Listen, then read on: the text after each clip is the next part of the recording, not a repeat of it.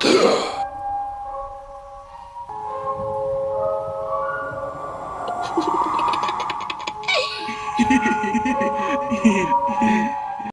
my loves, and welcome back to Strange Playgrounds. Welcome back to a new series of reviews, another series of retrospectives. We're going to be taking a look at one of my favourite series of books from the last couple of decades, The Dark Tower by Stephen King. Now, as many of you know who watch my conversations with Kit Power on What the Hell Is Wrong With Us, my relationship with King is kind of up and down. I'm not the hard and fast King fan that a lot of people in the horror genre are. He's not, for me, I like certain works by King, and I'm not that bothered by others. I tend to find that I like him when he goes off-piste. I like King when he does something really experimental that's outside of what people associate with Stephen King. So the stuff that made him famous, like The Shining and Cujo and Carrie and all of that kind of thing, whilst I appreciate it from afar, generally it's not my kind of horror. It's not my kind of horror. That's not to say there's anything wrong with it or that it's bad, or it's certainly not. It clearly isn't. It's very, very, if you read The Shining, for example, very, very, very well written book. It's just not my kind of horror. I was, my way into horror was more the Clive Barker area. It was more sort of the off-piste, fantastical, metaphysical horror, the stuff that's a little bit more ambiguous. And that's what I like from King. Interestingly, he's spoken about this a lot in interviews. He talks about operating outside of sort of the stuff that he's become synonymous with in fiction. And he often expresses a lack of self-confidence in it, which is really strange, because you read the books where he goes off-piste, things like Tears of the Dragon, Talisman, The Talisman, that's Black House, the sequel to The Talisman. They are superb. They're absolutely superb. He's very good at doing the stuff that he thinks he isn't very good at. When he strays into the arena of metaphysics, that's usually Barker's raison d'etre, then he's actually very, very, very good indeed. He often steps outside of his comfort zone and outside of expectation and demonstrates that he can write this shit. He's actually very, very good at it. And the Dark Tower series just exemplifies that completely. That's not to say that it's a series without its flaws. I mean, nothing on this earth, no created thing is perfect. And the Dark Tower has its fair share of pitfalls and problems, but for my money, The Dark Tower is probably one of the most interesting series of works King has ever done, because it is King just doing what he wants. It's King just letting his imagination go wild and writing whatever the hell he wants to write. And as the influences alone, you could write theses on the influences within the Dark Tower books, from Sergio Leone, from Tolkien to Moorcock to H.P. Lovecraft. There's just so much going on in this series of books. I mean, those of you who have read about it know King started writing the Dark Tower books when he was 19, when he was only a kid, and that's why the number 19 crops up so much throughout the series, why it has some sort of occult resonance. But he put it away. When he first wrote The Gunslinger, he put it away because he felt it to be pretentious, he felt it to be nothing that anyone would really want to read, that it was just like an exercise for himself, his own little sort of fantasy mythology that married sort of old cowboy western films to the Lord of the Rings and Arthurian myth. He didn't think anyone would be interested in that, which is ironic, because the Dark Tower series has probably become one of his most successful series of books ever published. People love the Dark Tower. They absolutely adore the Dark Tower. They love the characters more than anything. Although the series has this vast mythology, and when I say mythology, I mean it is all-encompassing. It's probably the most ambitious thing King has ever written, because the Dark Tower basically coheres everything he has ever written into a multiverse. You will find references to the Dark Tower stories in more or less everything King has ever written, and you will also find references to everything King has ever written in the Dark Tower books. What it establishes is the notion that there is not one universe, there is not one reality, there are multiple realities and dimensions and states of being, all of which converge in one place. There is a hub of reality, which is the eponymous Dark Tower, which is, it's neither a tower nor is it entirely an abstraction. It is both simultaneously. It's basically the spine of reality. It's the engine around which all of reality revolves, and it's possible to cross from one reality to another where they intersect at the hub of the wheel. It's really strange, and there are certain cultures that know of this, that are aware that this is the case, of whom the most significant is the Knights of Gilead. The Knights of Gilead, who obviously it's an Arthurian reference, but the Knights of Gilead in this multiverse are not knights on horseback, they're cowboys. They are classic sort of Western gunslingers.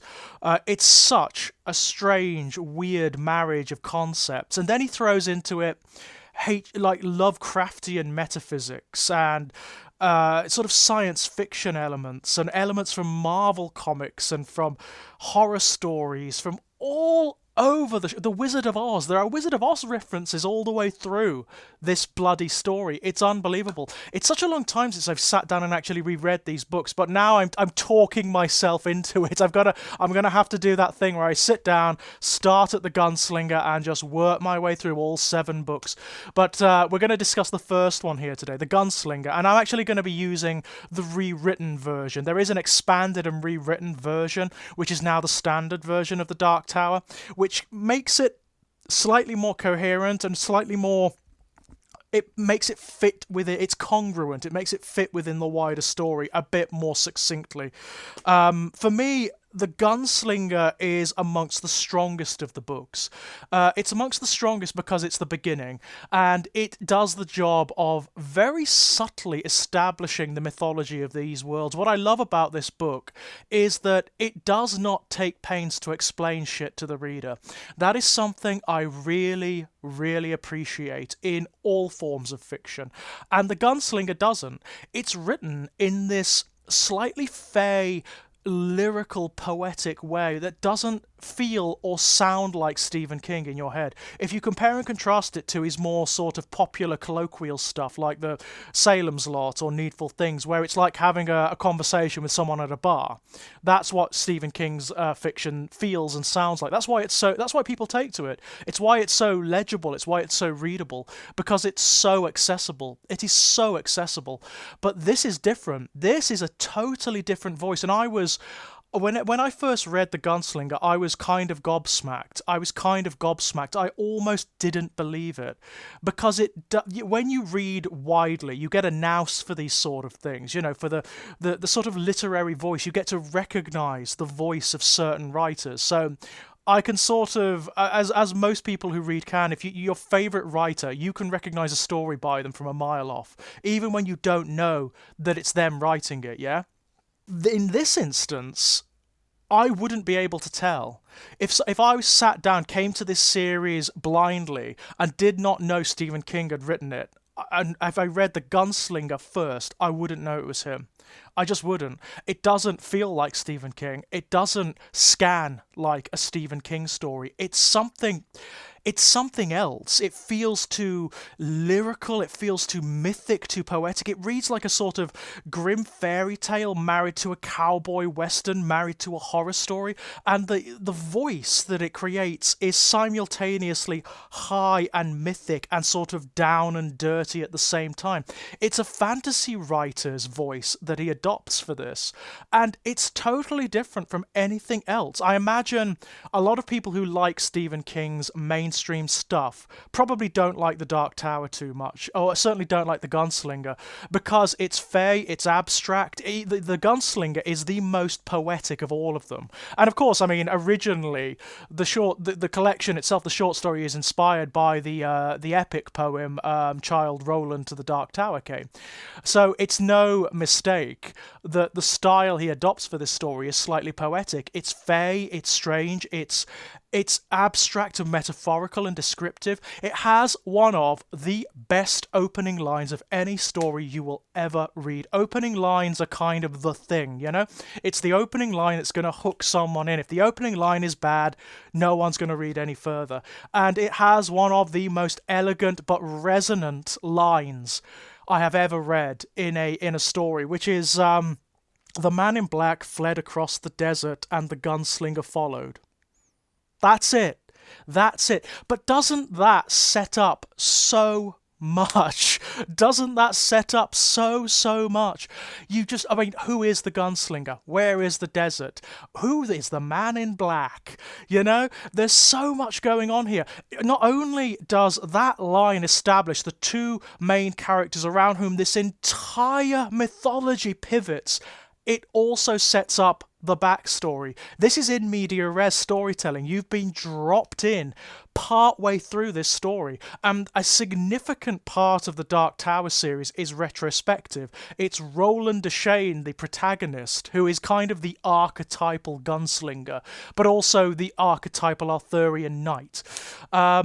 Telling you what's happened before, how these worlds that he's wandering through and chasing the man in black through came to be. He's chasing the man in this one, certainly in the Gunslinger. He is following the man in black through a series of desolations, worlds that have already ended, that have already had their breakdowns, their apocalypses, they're irradiated, they're dust strewn, they are littered with the dead. Even those that still exist here are just eking out an existence.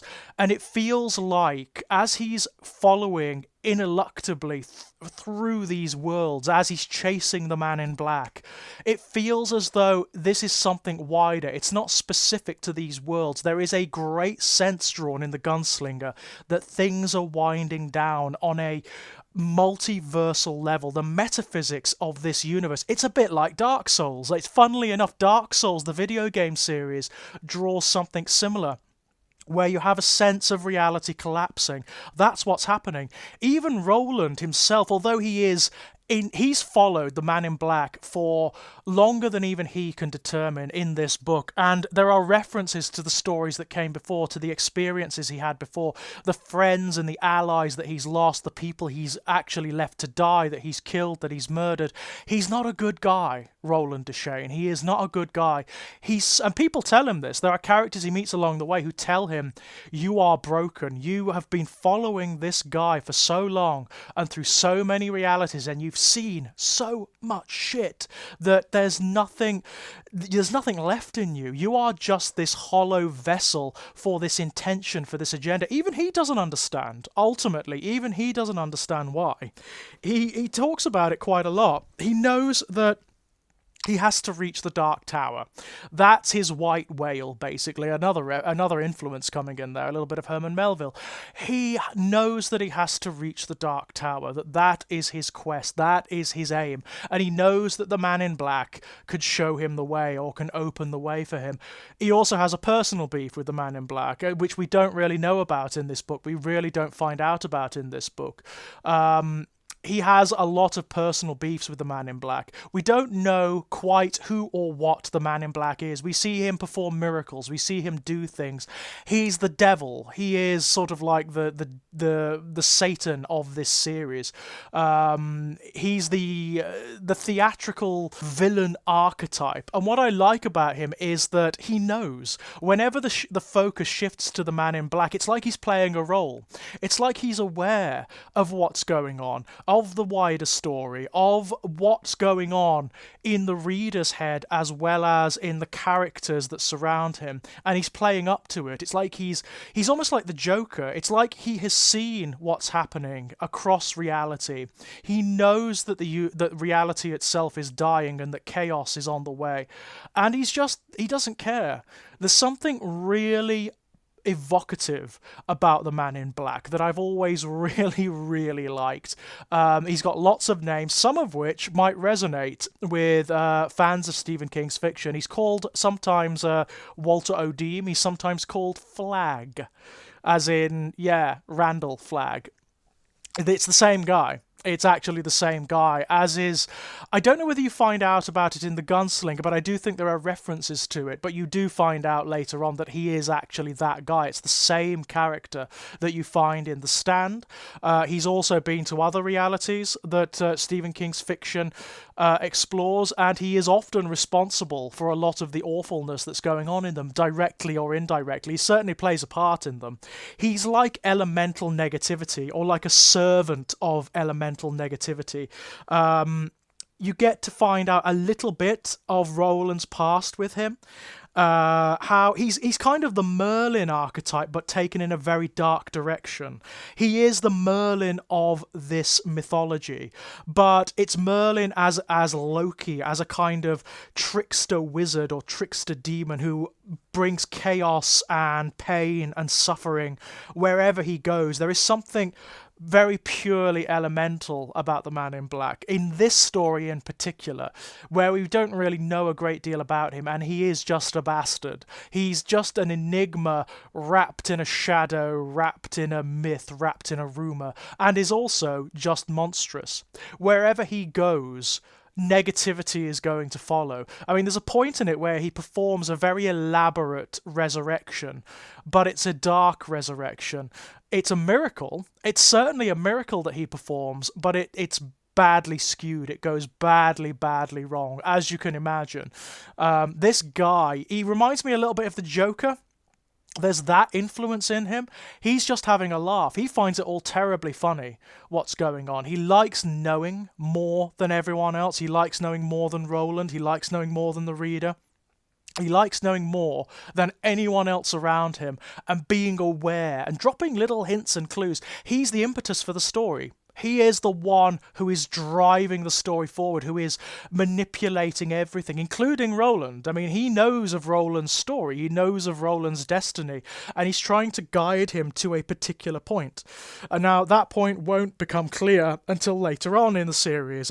I mean, some argue it doesn't even become clear then, and that is sort of the case. There is a lot in this book where King goes against the grain. I mean, in most of King's stories, most of King's novels, he kind of crosses all the T's and dots all the I's. When there's a metaphysics to explore, he explains it. He tells you one way or another exactly what's happening. So in The Shining, in the book, you know that the Overlook Hotel is haunted, and it's just some sort of like vast engine for negativity.